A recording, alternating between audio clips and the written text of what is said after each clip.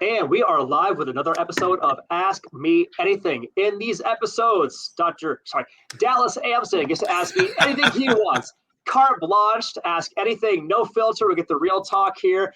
I have an insider scoop that today he's going to ask me about habit creation, creating habits that sticks, or maybe that's the topic, but let's see how this all plays out. Have fun. Let's have a good time, good conversation today, Dallas. Welcome to the CrossFit Edwardsville Community Podcast, where we hear and learn from our coaches, CrossFitters, and Glen Ed community leaders.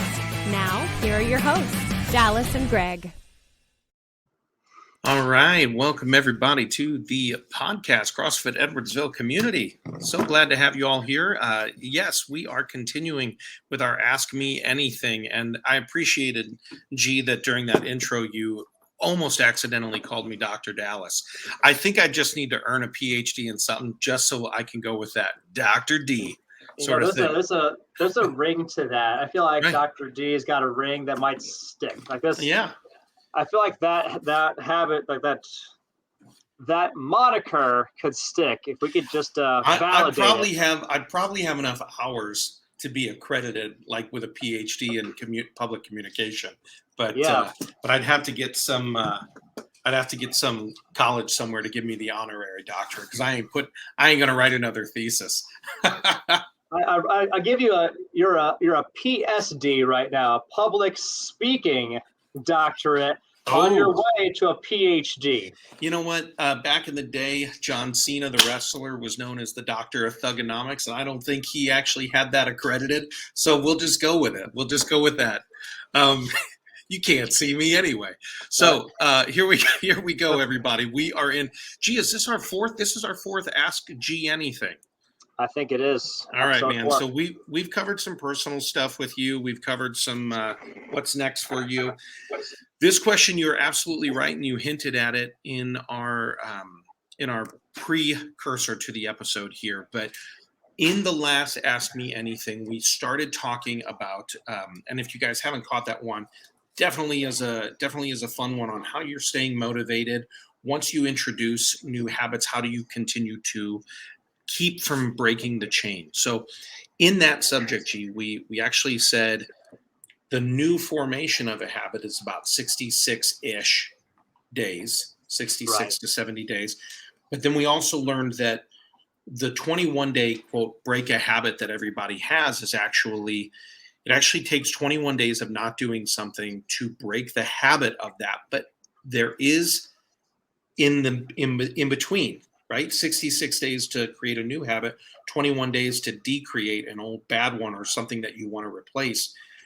There is this potential habit vacuum that can form, and it can pull people back into the old habits that aren't serving them necessarily. So I want to ask you a little bit about how do you fill that habit vacuum as that new thing is being formed? I mean, this is food, this is daily rituals, this is exercise, this is fitness, this is reading, this is self-expansion, any of those things. Reading your Bible every day. It could be new habits in business. It applies to any and all of them. So we all create habits which are just forms of behavior that are built over time. How do we reverse some of those bad ones? Sure.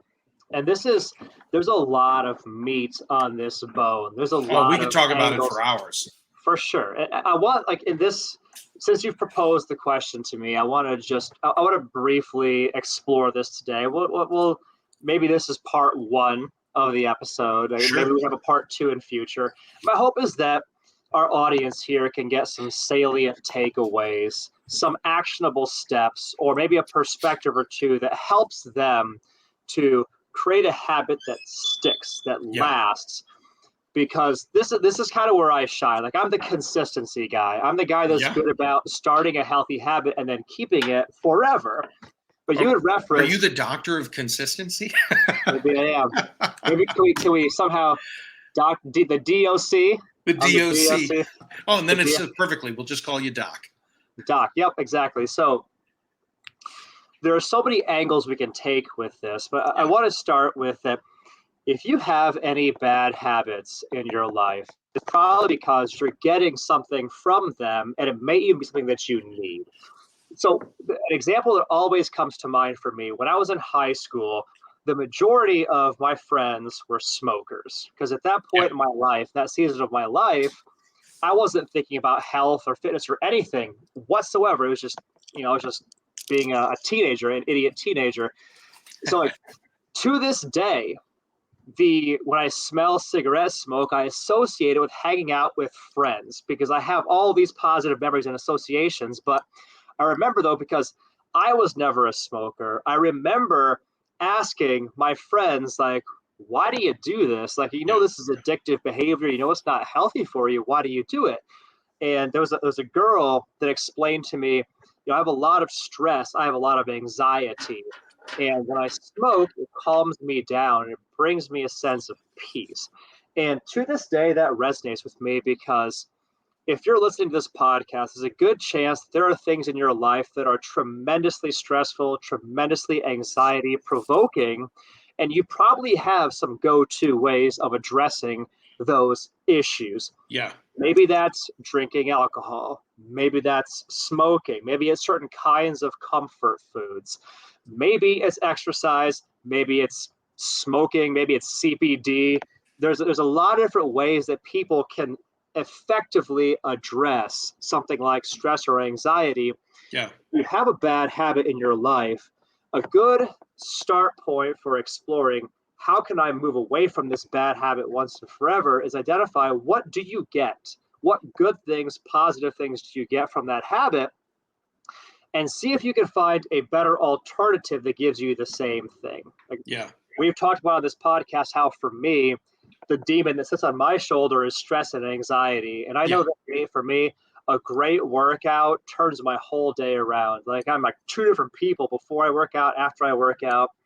For me, a great workout gives me that sense of inner peace and calm. I blow off all the stress, all the steam.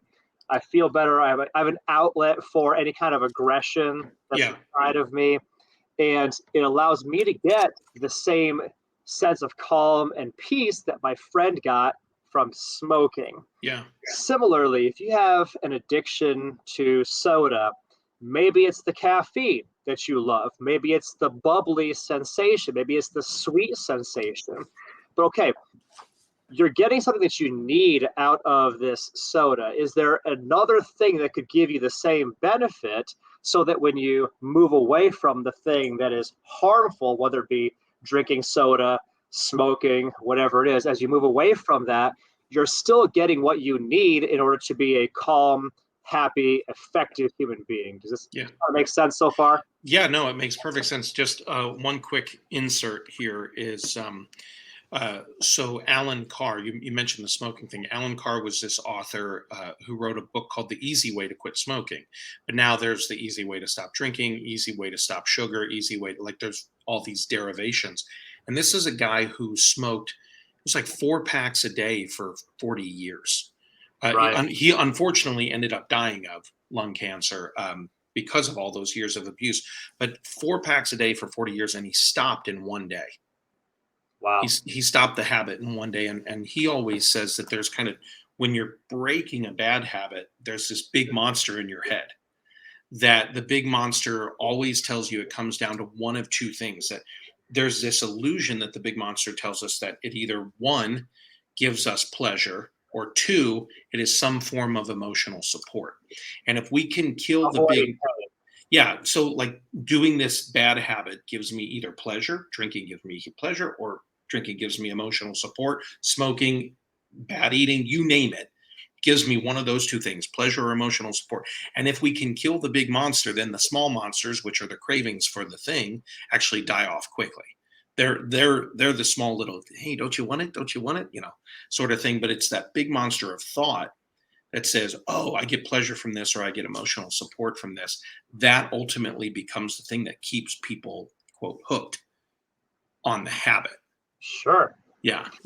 So this brings to me like so many thoughts, but I feel like just this simple idea of identifying if you have a bad habit and you're getting something from it that you need, is there an alternative route that you can take to get that same thing that you need? If maybe just like this one takeaway might help somebody to break a bad habit, I think this podcast was worth it, Dallas.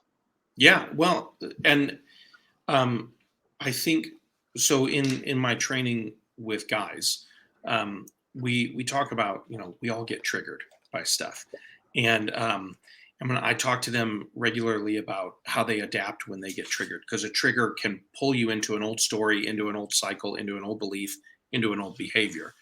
But if you can learn to adapt at the moment that the trigger happens, you can actually build what I call positive replacement behaviors. So Sure. this trigger usually gets me telling this belief, and then this belief usually starts this behavior. That behavior always spirals me down.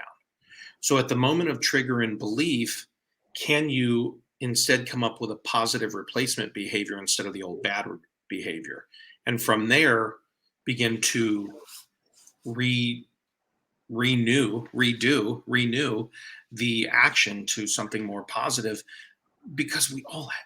I don't think habits, like for you, G, at this point, a cold shower in the mornings is a habit. Sure. It just happens to be a habit that serves a better outcome. Right. Your style of eating, you have made it more habitual. You don't think about it at this point. So I think everybody, the idea here is, if you leave a habit vacuum, the likelihood of you falling back into the old behaviors that no longer serve you, it's much more likely that it's going to happen, versus if you have a replacement habit that's more positive and projects you into the future you actually want to become.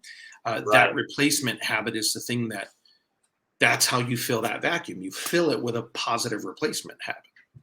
Because if you look back to the example of my friend when I was growing up, if we had just taken smoking away from her and not given her any other outlet for addressing the very real stress and anxiety that she was feeling, she's going to have this constantly mounting feeling, this constantly mounting negative experience inside of her, until eventually all of those stresses just break her will and she goes back to the thing that was bringing her peace. So it's essential to your success long term. For 21 days, not only do you not do the harmful thing, but you actively do something to fill that gap also in a productive way. Yeah. I do think we could talk about this for hours, but that's enough for today. I think that's a really good point. So everybody, just a quick, let's call it a call to action. All right. So if there's a habit in your life you're looking that you're like, I have to break this thing. May I have you consider that the verb you should choose is not break this thing. It's actually, I have to replace this thing. Yes. So consider the thing you want to replace and consider the potential action that could replace it. I think that would be a solid, easy call to action for you to consider today. I love it. That's perfect. Yeah. Well articulated as well, Dallas. Well, it's what I do. Just to hang out with you. Like, I'll have an idea and you'll just put better words to it. I think so. You and I are due to have a coffee together very shortly here in person. And I just want to say, I think maybe we should just set up 2 microphones sometimes over a coffee. Right? The G&D coffee hour. We'll just call it the G&D coffee hour. I love it. You have it branded and everything. See, this is why I hang out with you. You got all the good ideas. Well, everybody, listen, if this was valuable for you, let us know. Feel free, as always, to reach out to us on all the socials. You know what to do, at CrossFit Edwardsville, Facebook, Instagram, Twitter, any of that stuff. When you're ready, go to, you can also put us in the old Google machine, and you can see hundreds of positive reviews and 5-star reviews of people who have had their life transformed through the community at CrossFit Edwardsville. You can also go to CrossFitEdwardsville.com. Check us out, read a little bit more there, find out about us. And when you are ready to look better, feel better, perform better in your own life, and make that next step in your fitness journey, click on that button on the website. Book a no-sweat conversation with G or one of our other team members so that we can help you figure out what the next steps are in your journey. And again, that's at CrossFitEdwardsville.com. G-Skel, thank you so much for the time today, man. Let's keep talking on this habit replacement thing. I love it. I dig it. Dallas, thanks for joining us. To our audience, thanks for joining us for the episode today. Hopefully you got something valuable out of it, and we will see you guys in the next one.